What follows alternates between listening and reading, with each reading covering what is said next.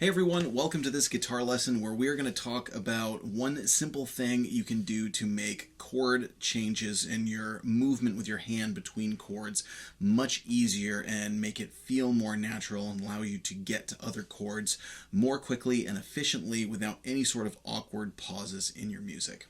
Now, this is a short lesson. This is a really simple technique, and what I like to do when it comes to making chord movement easier is to think about having a dominant finger. So what do I mean by that?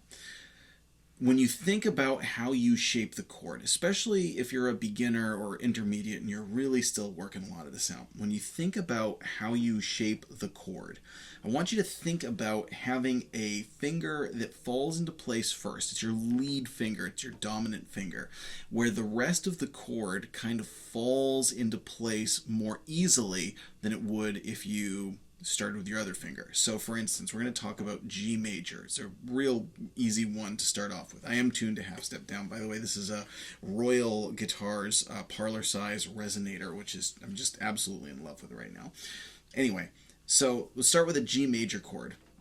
Now, when you do your G major chord, you've got the way that I hold a G major chord. I've got my middle finger up here on the E string on the 3rd fret, my index finger on the A string on the 2nd fret, and then I have my ring and my pinky on the B and the E strings on the 3rd fret for this kind of classic shape. Now, there are other ways that people hold the chord, but for all intents and purposes, that's what we're going to do today. Now, I have found that for me, the finger that really allows this chord to fall into shape is my middle finger. I'm going to refrain from giving you all the middle finger right now. But for instance, if I were to put down my ring finger and my pinky right here, well, now I've got to kind of adjust my hand and figure out where these other fingers go. If I just take my middle finger and I plant it right here on that low E on the 3rd fret, boom. Look where my other fingers are. They're already almost in place. They can kind of just fall down. So I know anytime I'm going to that G, the middle finger is my dominant finger. It's my lead finger. It's the anchor. It's what the rest of my hand kind of follows to get to that chord. Now, if I'm switching to C, because that's a pretty common move, right? That's a pretty common chord move. I find that for C, my ring finger tends to be my dominant finger. If I switch hand positions and I put my ring finger down here on the A string on the 3rd fret, again, look at where my middle finger and my index finger are. They're almost in the right place. I just kind of have to drop them into place. Now, if I were to kind of go back here like this and use my index finger as the lead finger, then, these fingers have to kind of go back and find their way. But if I put that ring finger down, it all just kind of falls right into place. So I think about that psychologically. That one finger leads the whole hand into the position that it's going to be in. Another interesting thing is, for instance, if we're in a key of G, if I go to D, this is kind of neat that I can actually have an anchor finger that stays put. I've got my ring finger right here on the B string on the 3rd fret.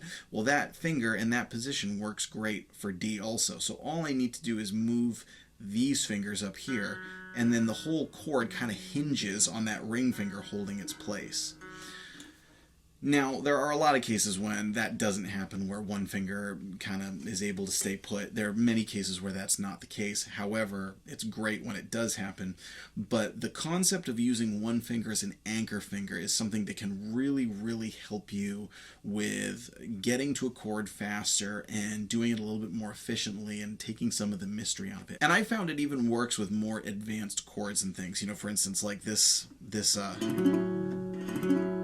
there's an advanced chord there, which is a major 6 chord, and it's held in this really kind of wacky way, and it's one that I struggled with a little bit for a while. And so I said, I need to think about what's my dominant finger, and it's actually my index finger. I almost think of it like a bar chord because of where your index finger holds. So I get my index finger down, and then these other fingers are able to just fall into place much more easily than they would if I, kind of tried to get these fingers down, and then, and I'm dramatizing that, obviously. But the whole point is that if you have one finger that anchors the whole chord and you plant that finger down firmly and confidently, then you're going to get to that chord pretty well. The second part to that is to know what part of the chord is important to play in the context you're in. For instance, like with bar chords, if you're playing an F major, you might not need to play that whole chord. You might just be able to get away with this. That eliminates the bottom 2 strings. If you're playing in a band situation and there's bass and drums, you probably don't need these bass notes. Maybe you do, depending on the context, but a lot of cases you probably don't. You can probably get away with just this.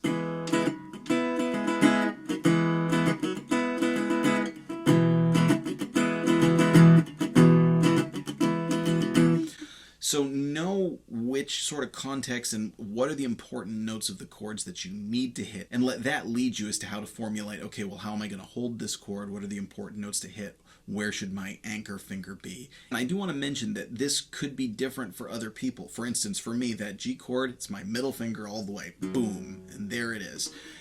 If it works differently for you, if you say, well, geez, actually, planting these fingers first just seems to work better for me, then do that. I'm not saying that, each finger for me is the set way that it should be for everyone. It's more the idea of having an anchor finger or a lead finger, a dominant finger, whatever you want to call it. That's what will really, really help. Whichever finger it is that works for you, go with that one and do it. But this is something that will hopefully make chord changes a little bit easier and a little bit smoother for all of you. So let us know if there are any tricks that you use to make chord changes easier. Please leave that in the comments below. Also, let me know what other types of guitar lessons you would like to see. I'm Jack Fossett. Please remember to like, share, and subscribe, and we'll see you next time.